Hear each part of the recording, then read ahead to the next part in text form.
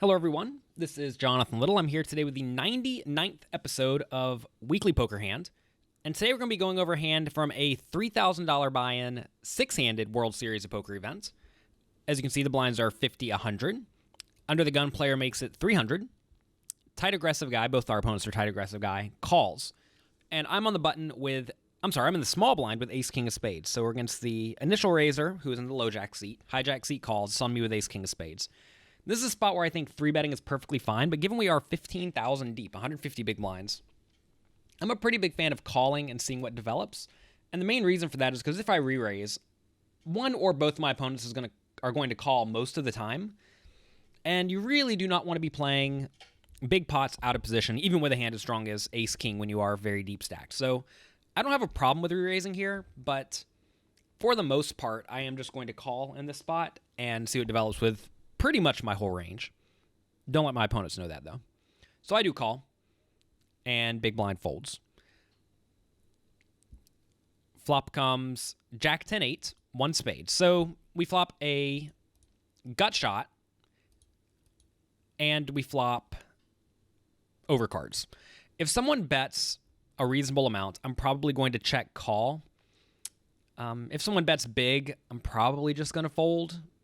I don't know. It's a tough spot because we do have equity, but at the same time, we're not really thrilled to put a lot of money in out of position because we have to assume we have the worst hand if someone bets and someone else calls.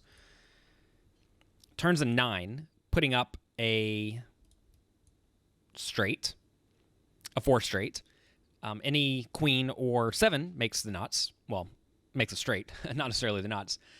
In this spot, I decided to go ahead and lead out 450. You have to ask yourself, which hands could our opponents have that contain a queen that would not bet the flop?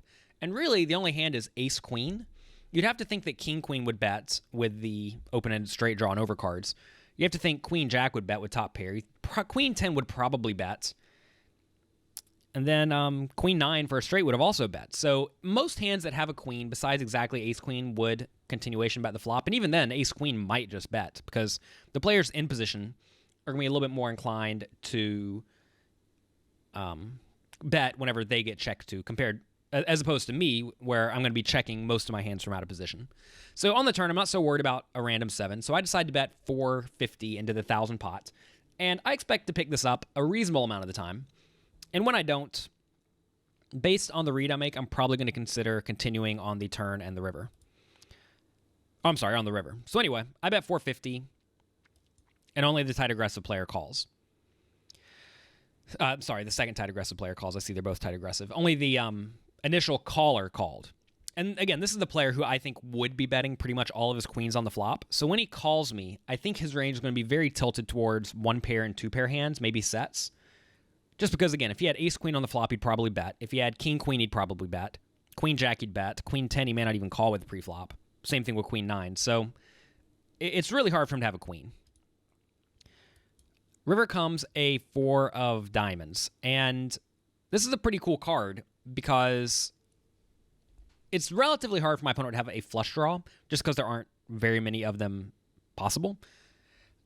And I also don't think he has a queen very often. And if you think about my range compared to his, my range should be significantly stronger than my opponent's here. My opponent's range is almost entirely bluff catchers, especially if I bet big on the river. Notice if I bet big, even a queen kind of turns into a bluff catcher because then I could be betting with a flush that I got there with because I could call with a lot of the random suited cards in the big blind and bet them on the turn, whereas my opponent probably doesn't have nearly as many of those in his range. Like notice I could have 7-5 of diamonds and 8-5 of diamonds and 9 or 10-7 of diamonds and all sorts of hands like that.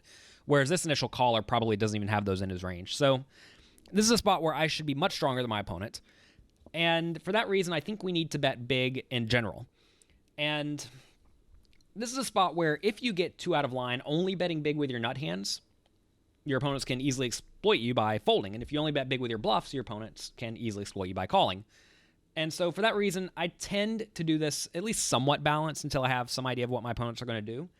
But in reality, in most World Series of Poker events, you'll find that many players play way too tightly versus big bets. They assume big bets are obviously the nuts where you're trying to get paid off.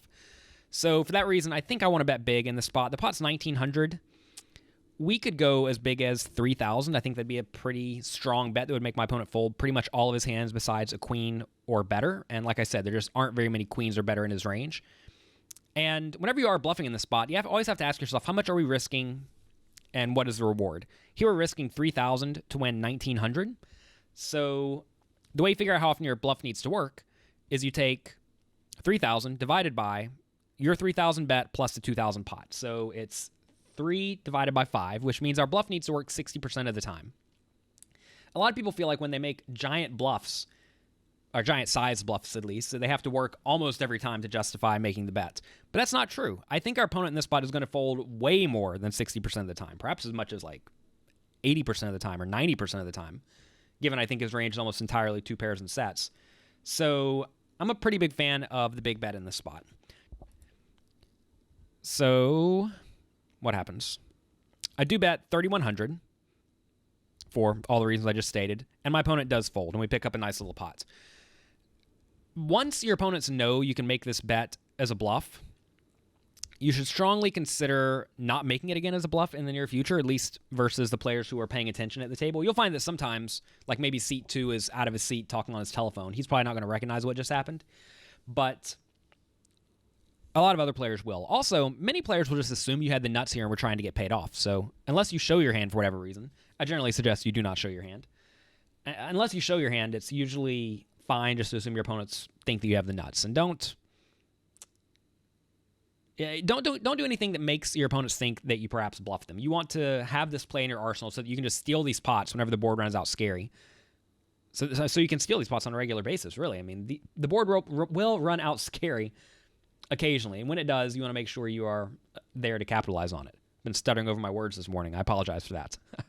Anyway, if you want more content like Weekly Poker Hand, I definitely suggest you check out my new interactive poker training program over at pokercoaching.com. We have done a few webinars now, and they've been very well received, and I'm looking forward to continuing to help the students learn. So check it out at pokercoaching.com. Thanks for being here with me today. Be sure to check back next week for another episode of Weekly Poker Hand.